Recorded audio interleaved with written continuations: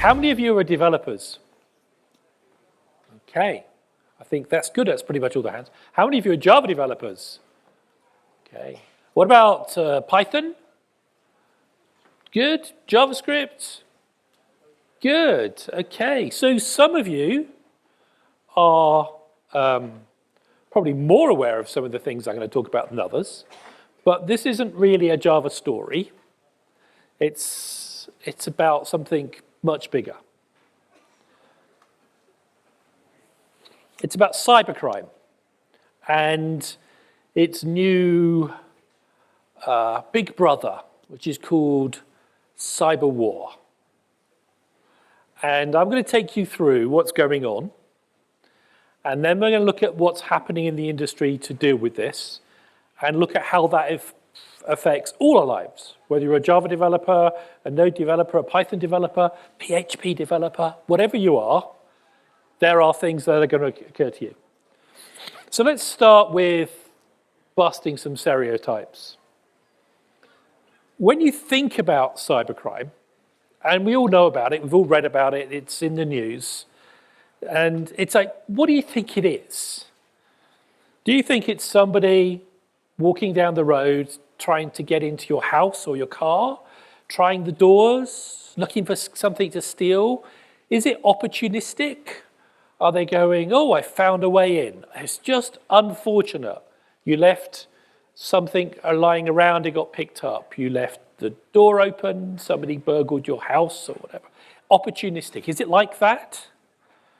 Right? It might be that you have a different view of it. Maybe you think of it as exciting. So there's a certain movie, and there are lots of movies we've seen that are about crime, about amazing bank heists with all sorts of twists, and you think of it as that's really complicated, deeply planned, things might go wrong. Okay, so it could be, is it opportunistic? Is it deeply planned? You know, which of these is it? Okay. Do you think this is real? Because you know that what you see in the movies is generally not real. But is it is it the opportunistic? Which one of these two is it? Or is it neither? Okay, well, we're going to talk about it. Now, the interesting thing is, whichever one you pick, and we talk about cybercrime, not real crime, we talk about cybercrime, we have a weird perception, okay? And we think that the bad guys are not targeting us, right? We think if there is a forest fire, it's a long way away. The bad guys are a long, long way away. So they're never going to attack us. So we're quite complacent as developers about security because it's not visible. We have one of these two models in our head. It's opportunistic, so it's not your problem. It's some security people's problem. Or we might go, well, it's really complicated and sophisticated, and why would they attack us? And we'll talk about that too. But this idea that also the bad guys are far, far away also makes us complacent. And we know that's not really true. Right? So when I talk to developers about this, most of developers go, well, I don't really know. It's not my problem, and I wouldn't really know what to do to fix that. Right? I'm sure a lot of you are in the same boat. You feel like even if you had understanding, it wouldn't be your job to fix it. And you're not really sure what would make the best thing to do. So we're going to talk about that too. Right? So I'm going to give you a reality check about what the bad guys are like and what they do. I'm going to talk about what we're doing in the industry to deal with these problems and why we're doing that. And then we'll cover a little bit about a few things that you could do and how you think and what you should be learning next. None of it is particularly complicated. None of it is what they call rocket science. It's just keeping you informed that there are things that as developers you need to start paying attention to. So why can I talk to you about this? So my name is Steve Poole. I'm the Director for Developer Advocacy at Sonatype. You may not have heard of Sonatype, the brand, but I'm pretty certain that you've heard of the things that we do. You'd have heard about Maven, Maven Central. So anybody here using Maven Central, Java developers? Of course, you use Maven Central. We have other products. Anybody here have heard of Nexus? Anybody using Nexus? See, in fact, I think more hands went up that time, okay? So we have, as a company, been working in this secure supply chain business since basically the beginning, because we invented Maven as the tool, and that has continued growing into Maven Central and then all the other things that we do, all about helping you produce this. It's been a quiet thing because it's not been visible, right? But the last few years, cybercrime has just gone through the roof, and it's become more and more important that we deal with these things. So I joined Cybertype a couple of years ago because they want to get this vision out and to make people aware, make you aware of the challenges that you need to have to deal with, because Cybertype is an open source company, really, because that's where their roots are, and that's why we do things like Maven Central, which looks different if you haven't been there recently. We've just reskinned it, added a bunch of new stuff in there, and I'll talk about that in a minute or later on, because what we're adding into Maven Central is very important to the conversations we're going to have. And as I said, we also do other things. So Cybertype is one of those companies where you might recognize us by our products, but not by the brand, which is, that's the way it is. So that's why I'm here. That's why I'm going to talk about this stuff. So let's start with latest trends in cyber attacks. Well, latest, it changes all the time, right? So let's go back to what we used to think about. It used to be this idea that cybercrime was somebody, 15-year-old American in their bedroom hacking the FBI or whatever, That was what was considered to be it. And it would be these silly things, okay? That was considered to be how we looked at cybercrime. We knew other things happened, but that was sort of like, it's just trivial. Right? But of course, it's not like that anymore. You have to look at this from how much money is invested or how much money is made by these things. So in 2016, not that long ago, cybercrime cost made for the bad guys somewhere in the region of $415 billion. That's cybercrime, 2016. And the illicit drug trade, the things that you see on the movies, the South Americans bringing in the cocaine and the heroin, and the worldwide drug trade, all of that was estimated to be worth, to the bad guys, about the same. $420 billion. An enormous amount of money, cybercrime, drug trade, about the same. Bear that in mind, okay?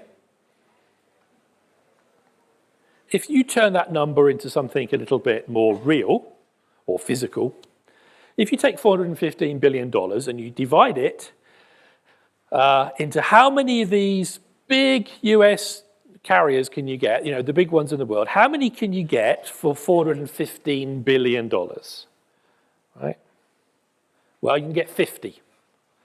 So 50 of the biggest, most expensive aircraft carriers in the world, equivalent to all the money the bad guys could do, okay?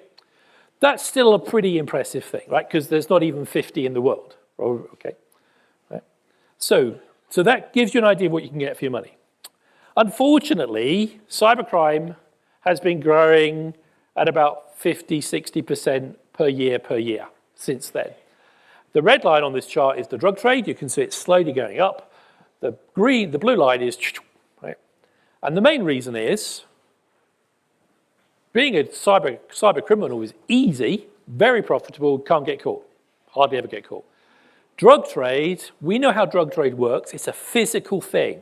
People have to move drugs from one place to the other. It's manageable, which is why the red line basically just goes up with inflation. It's controlled.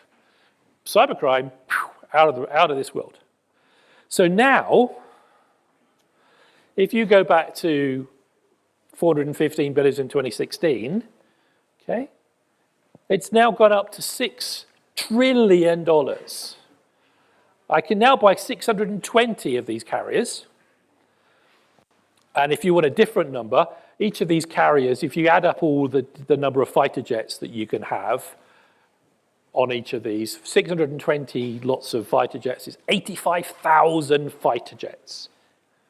It's a stupid amount of money, right? It's so mind-bogglingly big that you have to look at it in terms of GDP. If cybercrime was a country in terms of GDP, it will be the third biggest country in the world. That's a lot of money. You can see now why this is suddenly incredibly important and why everybody in the industry, governments, others, which we'll talk about, are coming to apply pressure to fix this problem because it's got out of all control. Okay? There's no sign of it stopping. By the end of 2024, 2025, if this continues, it will be more than the US's GDP. It will be the largest country in the world by GDP, if it was a country. Right? We can't sustain this. You think how much money, if we divided 6 trillion or 7 trillion or 8 trillion by the number of human beings in the world, do you think how much that means to individuals? Right? It's a stupid amount of money. And this money that's being stolen, you pay for. Because all your bills go up. All the things you buy, all the things you like, incrementally go up because the people who provide those services to you are being hacked. And that information, and they get their information stolen, et cetera, et cetera. And they pass those costs on to you. So it just continues to get worse, right? But it's much worse than money. Money's just a way of counting. Right? We still have all these horrible things that are going on. There are still botnets out there trying to break into systems, millions of botnets breaking into your systems. Still the bad guys who want to just steal data from you, they're still there. That people to ransom your data, yeah, they're still there. Right? They want to steal your CPU. You've got a build system? Anybody using Jenkins? GitHub Actions? Okay, well, yeah, how do you know that the fact that it's running at 100% CPU maybe because 5% is being stolen by a crypto miner? And this happens, right? This is happening all the time. Every time you use a GitHub action that you don't know where it comes from, that you didn't create, you run the risk of running one of these things. It's endemic. So on top of all that, we've now got open source project hijacks. The bad guys know that you will use open source. And so they want to corrupt the open source because it's so much easier to deliver bad malware and all these hijacks if they can insert it in the dependency that you choose. And if you're in the Java space, which we'll talk about a little bit in a minute, you've got some protection. If you're in Node or Python, you've got a lot less protection. In fact, Stereotype is one of the companies that regularly does pull downs. So we go through all these repos all the time, spotting and looking for malware. And we are one of the, I think we are the largest contributor to pulling down, spotting and pulling down malware in those spaces. But it is happening all the time. There are bots inserting malware into repos, right? It's all mechanical, right? So all this is going on. And they're not trying to do this to be detected. This is quiet stealth. They're in it for the long term. They want to get into your systems very quietly because, as I said right at the beginning, we now have this thing called cyber warfare. Cyber warfare has been around for a bit, ever since the internet started. We will hear stories of the FBI or the CIA, the KGB or whatever, hacking into other people's systems. And that was sort of like government thing. But what's become relevant is that the tools that are being used by the bad guys to make money, to get into your systems, to control them, manipulate them, stuff like that, are very powerful. And they are so powerful that they become instruments of war. Because if I can get into your system and affect your economy, then I can do bad things to you. And the challenge is, as I'll talk about again as we go on, is whereas we had this naive view that cyber warfare would be some preparation to physical war, it's turning out that it isn't, and that cyber warfare is going to be with us forever because it's become a way for states to interact with each other. So why wait for a war when I can manipulate your economy using these systems. So that's what it's about. The people are well-funded, professional. There may be some in this room. You never know, right? And because they have particular targets, the space has changed. The opportunistic space is still here, but now we have these bad guys targeting the company you work for because of the data that it's got or what service it provides or who else it connects to. It's not just you. Your company can be a gateway to somebody else. And they're looking for those ways in. Right? So everyone is in the game. Everybody's trying to do it, because it's basically easy and the return on that investment is incredible. Right? So they're there trying to steal your data, trying to get into your systems, and they're looking at you too. So if they need a way into a company, then you as a developer can be an easy target. And they will look at you on Facebook or what you say on, wherever you turn up. You can be spotted and you can give away vital information and they can hack your accounts and they'll target you individually because of the company you work for. So you have to be much more aware that this isn't opportunistic. It is focused. Now, the chances of any individual in this room being focused is low, but it doesn't mean it won't happen. It just depends who you are, what you do, and how visible you are externally, and how naive you are in your cybersecurity posture. And these attacks are focusing mostly on what's called supply chain. And that's from your source code to deployment, the steps involved, and then when other people consume your code. It's all about called supply chain. So you'll see those words turn up all the time. From a stereotype point of view, since we run Maven Central and we manage all these other things, we can see it happening. And it's getting progressively bigger. The type of attack is just expanding. Right? So let me put this differently, because I want to make you sure you understand what we're talking about. Cyber warfare, right, isn't about being spotted, right? It's about getting into systems. Can I infiltrate your power systems, your traffic systems? Can I your supply systems, your supermarkets, where you grow things? Can I get into all those spaces and then manipulate or terminate them? So this is happening now. I mean, there's examples, but you'll find loads. It doesn't have to be big. It can be little things like getting into a system. Maybe you run a trucking company, and maybe you've got some distributions. And then all they've got to do is just play with the labels so that you ship things to the wrong place. Creates confusion, disrupts things.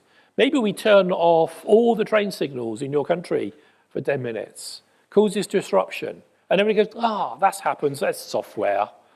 Right? But actually, more and more of these things become ways of disrupting your economy, because that's the game. Cyber warfare isn't just about, worrying about military targets. It's about economics. What can I do to damage your economy, to control your economy? Because obviously it also creates civil unrest and you have political impact. So it's a great way. You've heard about fake news? Well, this is the next thing, right? This is getting in and poking your economy, changing the way that you live through software. And since everything is online, there's no distance between you and the bad guys, right? They're next door because it's software, right? There's no distance. So don't think these bad guys are sitting some other country in the world. No, they're literally digitally sitting next to you, right? So this scary story, which is beginning, which has to be recognized, for the last couple of years, where lots of governments and industry organizations have been struggling with what can we do to deal with this? How do we get prepared? What changes do we make? Because this is not going away.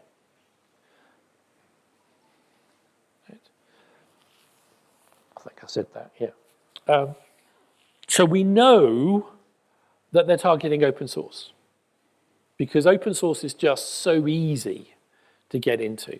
And as developers, we use open source, right? We build applications, and most of the application isn't written by us, it's written by somebody else. 90% or so of a modern application, you didn't write. You borrowed somebody else's code to make it happen, right? And the bad guys know that. But that software isn't just in your application, it's in your operating system. It's in, I don't know, it's in the GPS on your car, it's everywhere. It's on your laptop, it's on your phone, it's everywhere, right? And they're targeting this stuff. And what they're doing is moving away from the old days of waiting for vulnerabilities to turn up to exploit to making their own. And there are various types. You can see the main words, I'll let you Google for them. But dependency confusion, typo squatting, open source repo attacks, build tool attacks. Build tools are great. We all, as developers, we're quite used to having build systems. Who's allowed to kick off the build process? Who can change the build scripts? Because one of the favorite places for the bad guys to get into is the packaging part of a process. So that lovely dependency you've downloaded, the build process of that project was corrupted, and now some malware or something else has been inserted at the build time. Right? So there's a whole bunch of ways that they can attack your systems. They can corrupt the dependencies, they can fake dependencies, a bunch of stuff. It goes on all the time, and they get more sophisticated. The net is that this thing, who's heard of 0-day windows, 0 days? Okay, so, lovely chart. Back in 2006, the time you had from a vulnerability being published, let's have an example. Who has heard of log4j? The log4shell thing, yeah? We're all mostly familiar with the log4shell. So the biggest Java vulnerability, right? So if it had come out in 2006, from publish, making work known to the world, to the first exploit, first time a bad guy tried it out, 45 days. And since then, you can see it's down. So 2021, log4j came out, right? It turns out, well, actually, the 0-day window is closed because log4j, the vulnerability, had actually been out for several years. But that's just a simple example. That's a really bad example. But it actually, so often now you can expect that the exploit that you hear about, the vulnerability that you hear about is already being exploited. So by the time you find it, you hear about it, it's too late. So you have to be able to patch these things fast. And amazingly, if you could just fix that problem, you would be so much safer.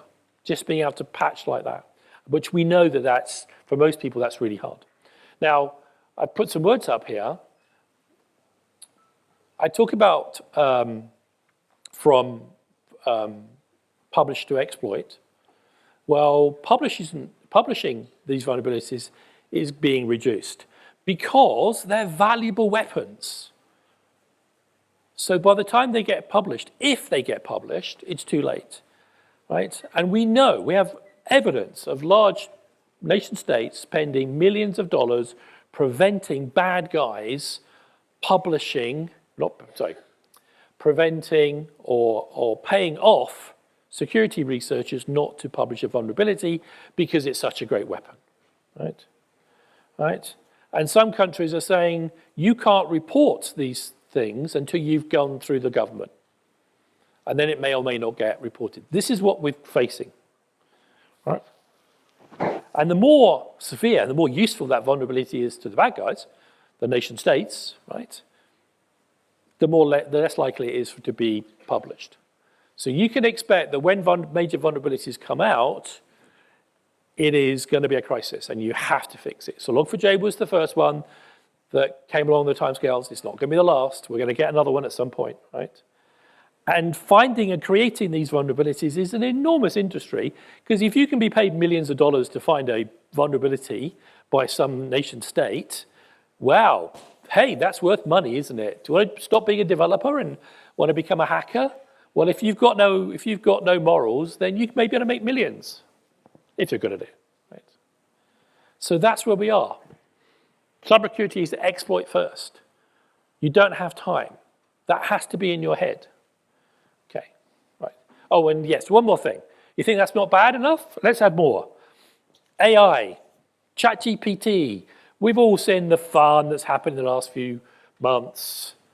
It's already being used by the bad guys. You can go read about how the bad guys are using AI to hack into systems. How they're using AI to send you emails, phishing emails that are very well constructed. The game just continues. Okay, so is it all doom and gloom? Do you want to stop being a developer? Do you want to go home, turn your phone off, never ever do this again? Yes, I think people go, yes, absolutely. Okay, no. So what can we do about it? So let's just talk a little bit about the bits. So we're where we are because open source is such a valuable tool. 90% of your application is written by somebody else. It's shared by somebody else. Enormous economic lever. Everybody wants that to continue. And big businesses, every business, has said, do not touch open source. Do not do things to it because it is such a valuable tool for us. We couldn't be here.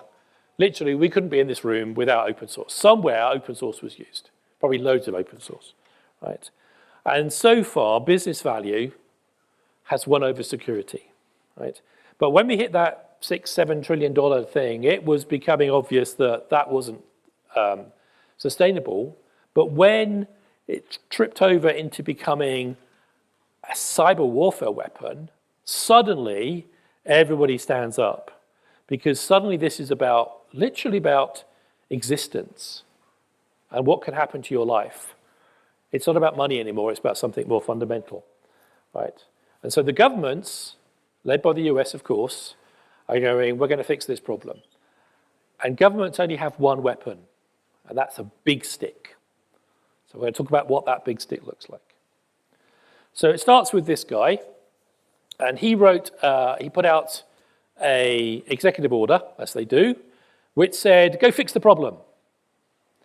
Right? And since then, 2 years or so, 3 years, we've been doing stuff. I got involved in some stuff last year. There's a lot of conversation going on with all the various industry people you can think of, the big companies, the open source projects, things like that. They're all trying to figure out how to solve this problem. Last year, the EU, European Union, raised the bar, and they've said, we're going to make suppliers of software responsible. So if your company provides software to somebody else, or provides a software service to somebody else, what the EU want to do is make somebody in your company criminally liable if you ship or provide a service which has known vulnerabilities in. So if somebody in your company would be held responsible. So like this, cars have safety features, right? I don't know, like airbags, right? You go to a whole bunch of countries, they have airbags. If a car manufacturer shipped a car knowing that the airbags didn't work, somebody in that company would be criminally liable, right? Physical quality is built in. There are laws, different laws depending on different countries, but it's built in. So this is just a precursor to the fact that what the governments want to do is apply that logic to software. Now you think how that's going to change your life when eventually it reaches laws here and somebody in the company you work for, and those of you who may be working for companies that exist outside India, maybe you're going to see it soon, but it doesn't matter. We're all going to see it at some point because you won't be able to do business without having fixed this problem. And the way they want you to fix it, because it's a big stick, is with lots of big stick stuff. So they want you to have an S-bomb. Talk about it in a sec. They want you to have everything automated. They want all human beings removed from the process. You can press a button to build, test, deploy automatically. People can press buttons along the way, but there must never be any human being taking source code or binaries and pushing it somewhere else, because they're weaknesses. Right?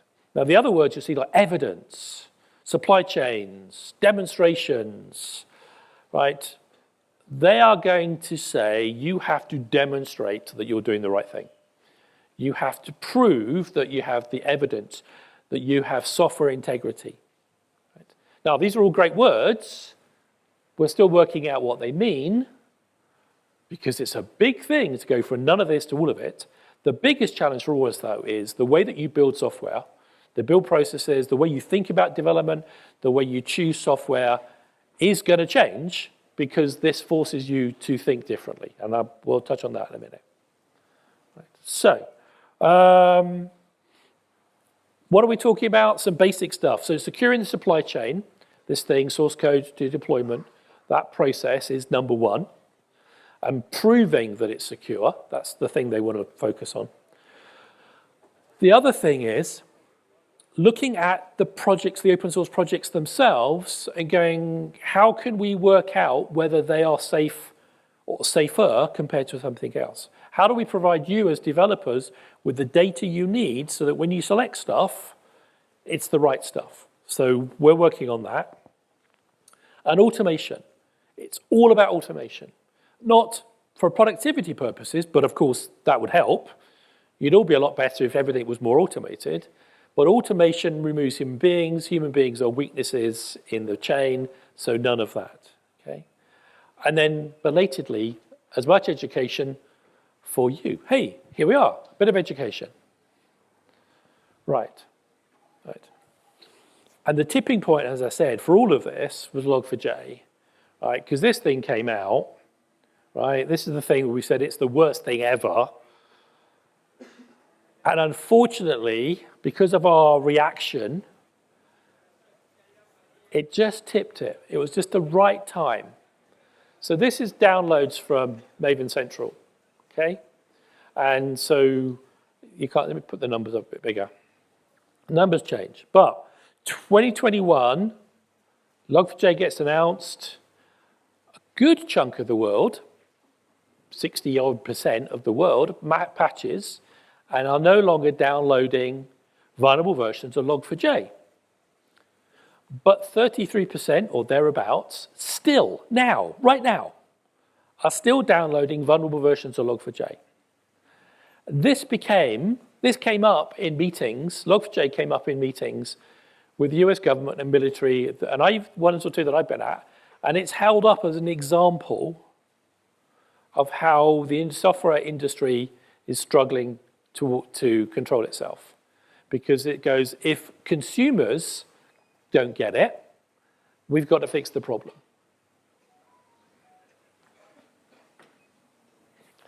So what's going to happen is we're going to move the way we do things. So I mentioned SBOM, but I didn't fill it in. We have to look at the supply chain. And we're not very good, as Log4j showed us, of managing the software that we download. And one of the reasons for that, one of the reasons that number is still high, is because the tools we use to figure out whether we have a dependency, the scanning tools, aren't very good. Some are good, some are very good, some are poor, some are very poor, some are very useless. But we don't test them, we just rely on whatever they say. So there may be a bunch of companies that think, oh, I don't use Log4j, and it may be, well, you do, but your scanning tool's not good enough. So the way around that is to flip the idea. And rather than try and figure out what you've got, is to figure out what you were given. And so the SBOM, Software Bill of Materials, becomes a digital document that is associated with the thing that you download. And it will say, here are all my dependencies. Here are the versions I used, digitally signed and digitally proved. So that means that when we come to looking to see whether you have a vulnerability, we can look at this signature. We can look at this bill of materials and figure out that you've used this thing, and this thing relies on this thing, and this thing relies on this thing, and so on. So it's a lot easier to work out that you have a vulnerability because you're not relying on these scanning tools that may or may not be able to figure it out. You're relying on the person who produced the software to tell you what they incorporated, right? And so this is turning up. So you'll see more and more of this. You'll see S-bombs as being a big topic and a bunch of tools and ideas around that. So keep an eye out, supply chains and S-bombs. Right. So software bill of materials is obviously the big thing. It's not the total solving of all our problems, but it's a big step forward. You will see Cyclone DX and SPDX are the two standards. Well, there's more than two, but they're the ones that the governments have signed up on as being valuable, the ones to use. They're bill of materials things. There's no particular worry about one over the other. This is an excess. Cyclone DX is XML based.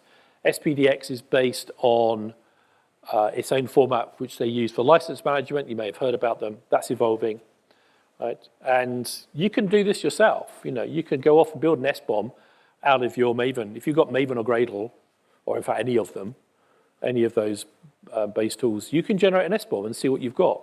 And I won't demo something, but I will point you at something. In fact, I'll do it now because it comes up next.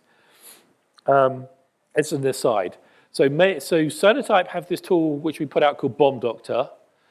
This allows you to visualize your S-bomb. You can go do this now, right? If you go to the website, Bomb Doctor, it'll tell you what to do. If you're a Java developer, there's really simple instructions to run a Maven plugin, and it will produce an S-bomb. And then you can look at that as is, or you can fire it up in Bomb Doctor, and it will give you it will give you a graphical view of all the dependencies and tell you about vulnerabilities in them. And it will also tell you about other information about the quality and capability of those components. So I urge you to go try that out and obviously give us feedback. It's experimental, but it's going down well because it lets you see for the first time as a developer maybe what your dependencies look like. Right. Okay, so what else are we doing? So I mentioned there were some numbers on there. Open source is the big thing, right? We're all looking at open source. So open source communities, the people involved are building tools, right? So the Linux Foundation are obviously the biggest one, CNCF, OpenSSF, you name it. There's a whole bunch of organizations and large companies that are working together. Sonatype is involved in them. The idea now is to give you more information about your choices. So it's not just about picking software because it's got features that work. It's about thinking longer term and going, what's the quality of this thing? How good are the open source project maintainers in delivering the software, the quality that I need, the security I need? So we're trying to figure out how to measure that. And so you will see lots of that. And the Bomb Doctor one has some Sonatype views in it and what Linux Foundation views as well. We're trying to turn this into something you can use. Right. And there's the open source software security mobilization plan, which is an OpenSSF thing.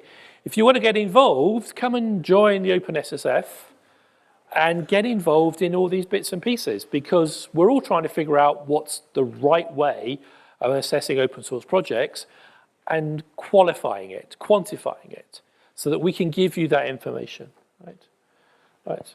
They're doing all sorts of stuff, right? Okay. So, what can you do? I can tell you we've told you what other people are doing. So, bad guys are raising the roof. They are attacking us in new ways for new reasons. Governments are getting involved, and this whole cyber warfare thing is going to be there forever. It's just going to bubble along, and we're always going to be in this state from now on. And we are trying to, this is literally the world really, are trying to figure out what's the right balance to keep the open source engine going so we can all do our jobs for less effort and deliver the value we want, balanced against the security, okay? So that says, fine, we have people thinking about it. It's a long-term thing. So what can you do? What can you take away and go do things? There are some basics, right? Right. The first thing you need to do is, oops, let's put the right one up. Okay, right. The first thing you can do is start turning on your suspicious mind and move away from any idea that that all open source is trustworthy and open source only does what it says and open source is always going to be good.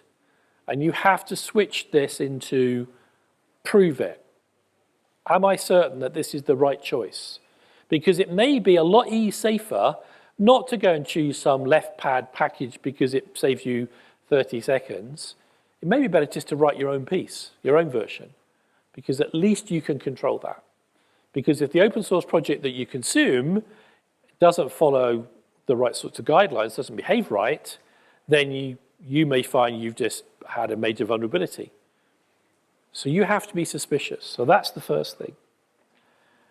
And when you're choosing these vulnerabilities, when you're choosing these dependencies, it turns out that actually, if you, as you and your business, could just fix patching, you would be so much safer. That Log4j thing isn't just an isolated incident. We have lots of companies who are just taking too long to patch. And when they do patch, they often pick the wrong version. And so often we find that, as it says, for 96% of vulnerable downloads, there was a non-vulnerable version available. So it's not like you haven't got a choice to get something that's safe. You just didn't do it in time, or you picked the wrong one. The number of times we've seen people go from one vulnerable version to another one without thinking about it. Oh yeah, that gets rid of that one, or it brings in one that brings another one, but that's not my problem. So fixing your dependency process so that you can patch quicker would be such a big improvement in the safety of your company. And there is a couple more, which we'll get to in a sec. So then, outside being better at picking dependencies, it's like, what do you look at? When you've got this open source, all this open source to choose from, what do you do? Right? Okay, so you have to start thinking about consequences. Okay, so what happens if the open source project that you want to use doesn't comply to these rules that are coming along, or these guidelines? So maybe they don't want to do that. There are open source projects out there that have said they're going to do their thing. Right? So, but you have to make assessments about, should I pick these projects, right? How much risk are you willing to take? Because as the developers, you are the first line. You choose that dependency. You're the first one to go, we should use this. And you've been picking it for features. And now I want you to think about picking it for other things, about the quality and security posture of those components, of the projects that produce them, right? What's their ability to provide updates? Log4j showed us that there's some assumption that open source projects will produce updates. They don't have to. And you may find that you've picked a dependency thinking it's great, and then when a vulnerability comes out, is discovered, they may go, no, we're not doing it. We'll update it next week or next year. You have no control over that. So you have to think about choosing this software more wisely. Right? So there's also things you can look for.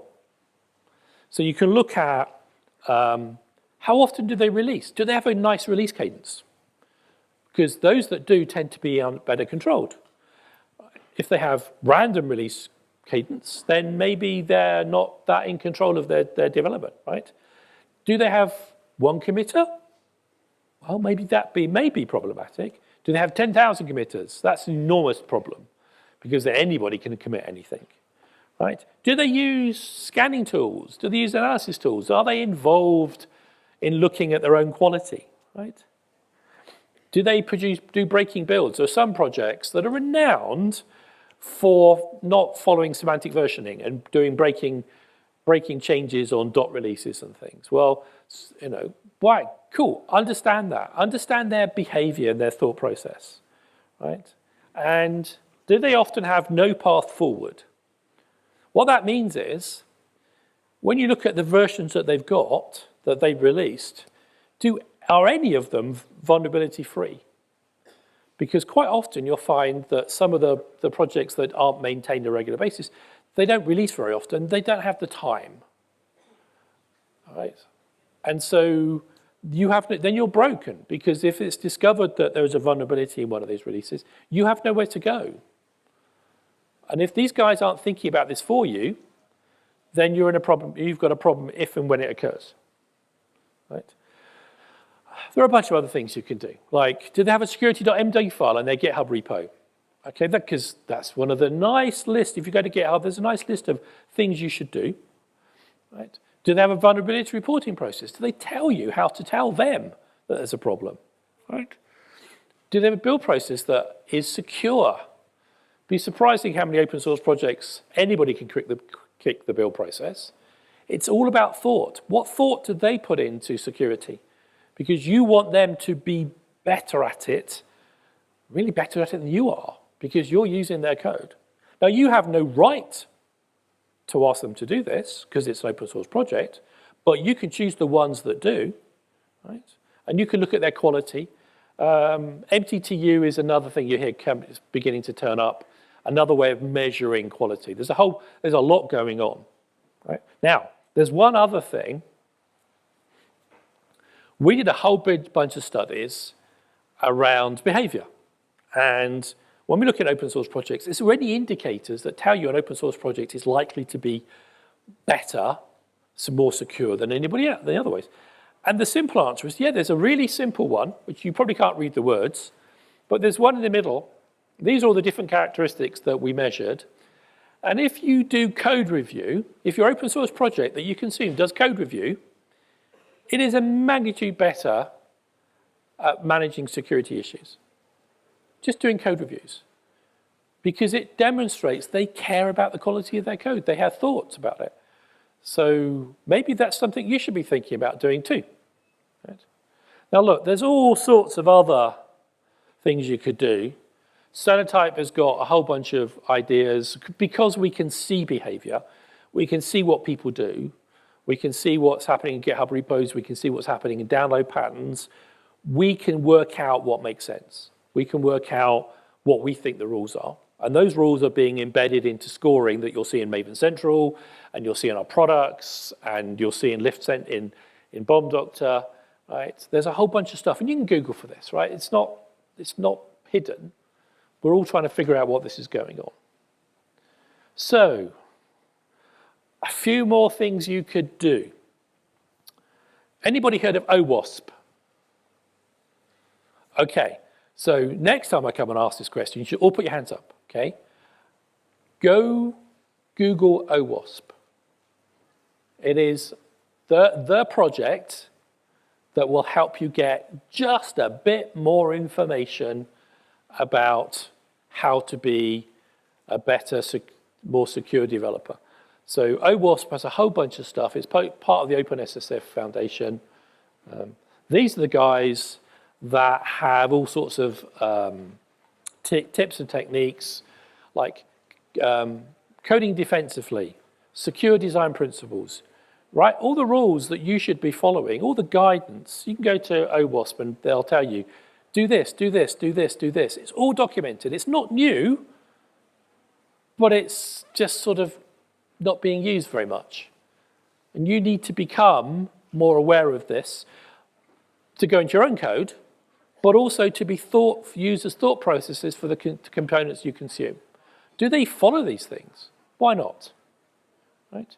OWASP is where you may have heard of, the top 10. OWASP top 10 is something that comes to it. It tells you, because the OWASP keeps track of all the different types of ways that systems get hacked and sort of prioritizes them, right? And again, all the information you need to understand about how these attacks work at that level is all documented.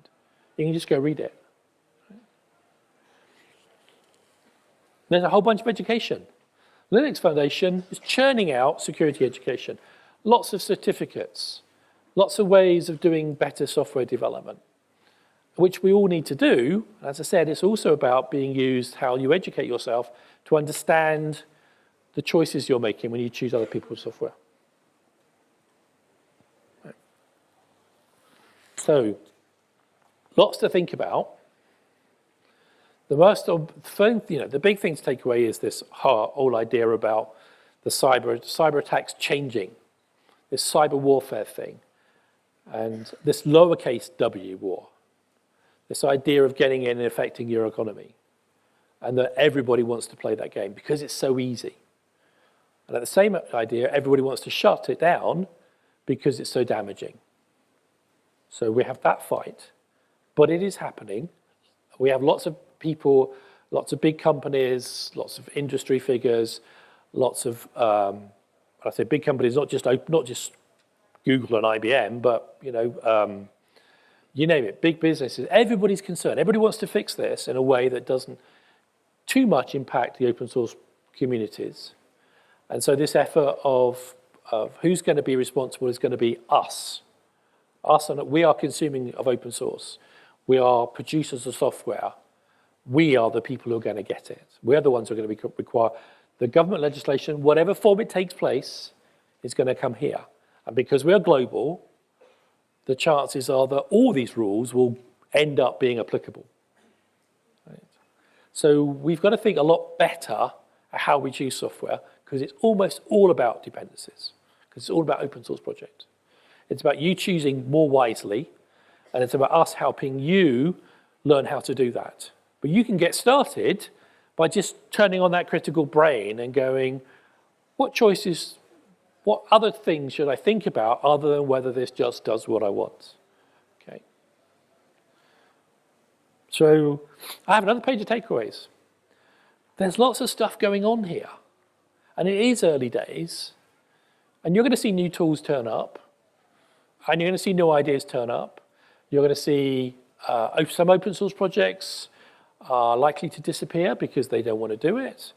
We can see lots of open source projects getting together in other ways. We have communities out there. We have the Linux community, Eclipse community, Apache community, a Node community. We can see some of those communities starting to take on the extra effort that the governments are requiring of us. But you can also imagine that we'll see commercial entities turn up and start to offer protection. So we're entering a new world because we're not really sure where it's going to go. We just know we're going to get these things, right? It's going to be interesting. So GDPR, did anybody get hit by having to deal with GDPR when it came out? No? Okay, maybe a couple, right? Okay, for a lot of developers, it was like, oh my God, GDPR. What do you mean I can't do all these things? And it had a potentially big impact on the industry. But what happened was a few companies turned up and said, we'll deal with it for you. It became a service. And so it's quite likely a lot of the ways that this is going to get dealt with is by groups and companies providing services to us. But that's still going to change the way that your job works because you won't produce, you may not stop consuming open source, maybe consuming some other type of open source. We don't know, right? But wherever you choose your code from, whatever tools you use to pick them, whatever tools you use to do scanning of vulnerabilities, all these things, and when it's time for you to think about again and look at them and go, do they do the job they should do? Are they the right choice? Do they keep us safe? And then start thinking so much about your choices now when you select software and about how you manage dependencies. So, because if you can fix that, if you put more thought into choosing open source dependencies, and you can work to automate your build processes so you can apply updates like that, you will be so much safer than everybody else. Well, that's it. I have two reminders for you. One is the bomb doctor thing, bombdoctor.stereotype.com. Please go play with it. As a Java developer, you'll enjoy it. We are working on making it available for other ecosystems, but we're just starting there. And the other thing is, just to give you another way of looking at what I said, and maybe something you can share with your businesses if you want to get some, you want to go, I heard a story from a technical story, is there a business story behind this? Then Brian Fox, who is my boss, has just released this. He was at RSA, which is one of the security conferences. There's a bit.ly link there, or you can Google for it. Have a look at that, because he says this story differently, but he says it in a way that you could take to your businesses and go, look, this is what's going on. Right? Because it's going to happen. It's much better to get ahead of the game and tell your business these things are coming. What can we do to help mitigate this? And at the end of the day, if you do it right, if you manage your security posture right, you will find that, in fact, it improves your productivity. Anyway, that's it. Thank you much for listening. I have 4 minutes 25, apparently, for questions. But other than that, thank you.